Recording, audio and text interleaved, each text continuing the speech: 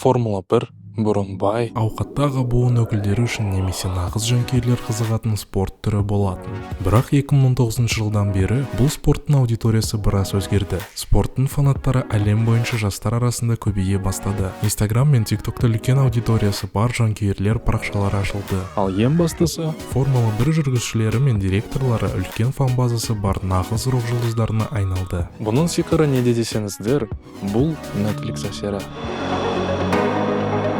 Netflix феномені. Барлығымыз білетіндей, Netflix контент тұтынушылар әлемінде толыққанды революция жасады.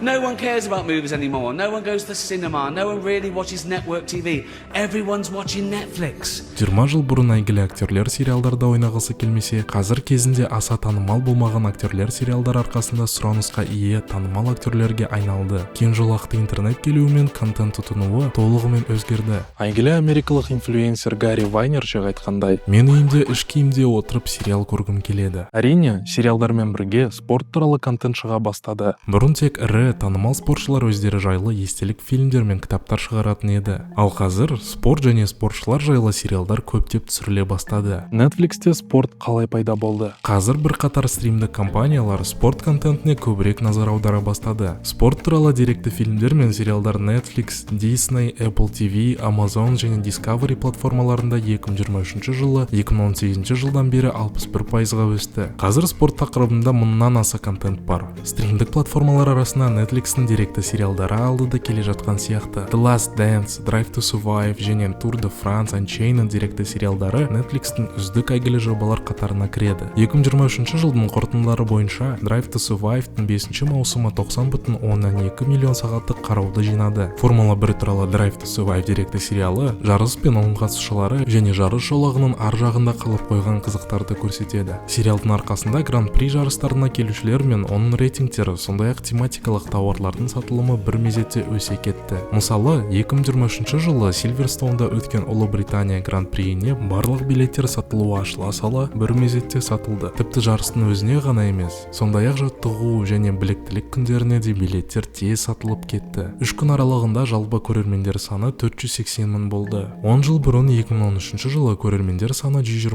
мың ғана болған еді. Танымалдылық маңызы. Біз компания туралы көп білген сайын, сол компанияның тауарларын көбірек алып, оның адал тұтынушысы боламыз. Мысалға, Apple компаниясын нағыз фанаттары компания негізін қалаушысы Стив Джобстың биографиясын оқып, ол туралы жақсы білетін шығар. Немесе бұрын Apple-дың басты дизайнері болған Джонни Айв туралы да біраз білетін шығар. дәл осындай жағдай спорт әлемінде байқалды. Спорт бұрыннан бизнеске айналып кетті. Сондықтан бизнестегідей спортта да бренд пен танымалдылық сәттіліктің негізгі факторлары болып табылады. Реал Мадрид футбол клубының президенті Флорентино Перес: қазіргі жастар бұрынғыдай спортты қызығып қарамайды. Матч кезінде телефонға қарап отырады. 90 минуттық матч үшін шыдамы жетпейді деген. Оның айтқаны рас. Бұрын теледидар контент тұтынудың жалғыз көзі болған. Теледидардан жарыстардан тікелей эфирін көру көпшіліктің балалық шағының естеліктерінің бірі. Ол команданың брендін танымал ету табысқа қалай әсер ететінін жақсы білді. Және бұл салада көптеген өзгерістерді алдын ала болжай білді. Мысалы, 2003 жылы әлеуметтік желілер пайда болмас бұрын ол бір командада Бекхэм, Зидан, Фиго мен Роналдоны жинады. Сол кездің өзінде ақ ол ойыншылардың жариялығы мен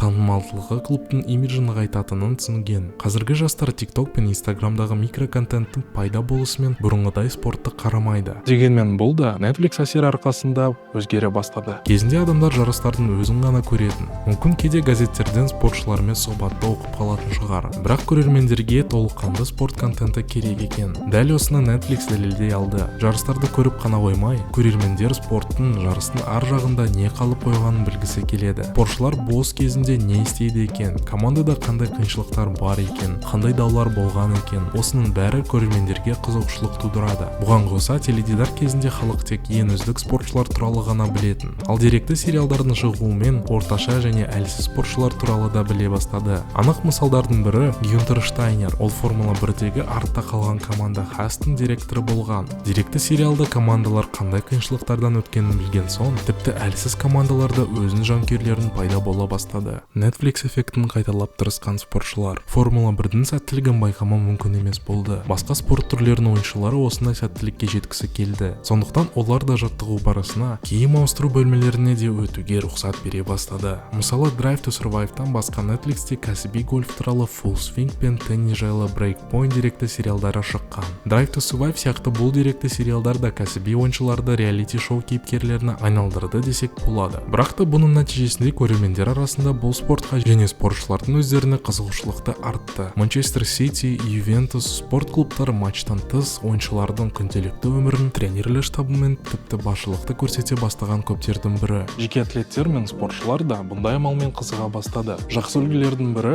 баскетболшы Майкл Джордан туралы The Last Dance деректі сериалы. Баскетболдағы ең керемет ойыншы болумен қатар, Майкл Джордан бұрынғы спортшылар арасындағы ең жақсы кәсіпкер. Оның Nike'пен бірге жасалған бренді Air Jordan ойыншы капиталын 3,2 миллиард доллардан асыртады. Оның кроссовкаларының танымалдылығы The Last Dance сериалының кейін қаншалықты өскенін тек болжауға болатын шығар. 2023 жылы Netflix Дэвид Бекхэм жайлы сериал шығарды. Мұнда айта кететін бір қызық факт бар. Бұл сериалды өндіруші компания Studio 99. Осы сериалды түсіру үшін Бекхэмнің өзі негізін қалаған компания. Бекхэм туралы сериалдан кейін Studio 99 снукер бойынша 7 дүркін әлем чемпионы Ронни О'Салливан туралы сериал түсіріп Amazon Prime платформасында шығарады. коммерциялық әсері. Спортшылар мен спорт түрлері үшін танымалдылық табысты білдіреді. Мысалы, Drive to Survive сериалына дейін Формула 1 ақш-та танымал спорт түрі болмаған. Америкада 2018 жылы жалғыз ғана жарыс болған. Енді 2024 жылы Америкада 3 жарыс болады. FIA автоспорт федерациясының өзі билет сатылымы мен жарыс демеушілерінен және теледидардан трансляциялау құқығын табыс көреді.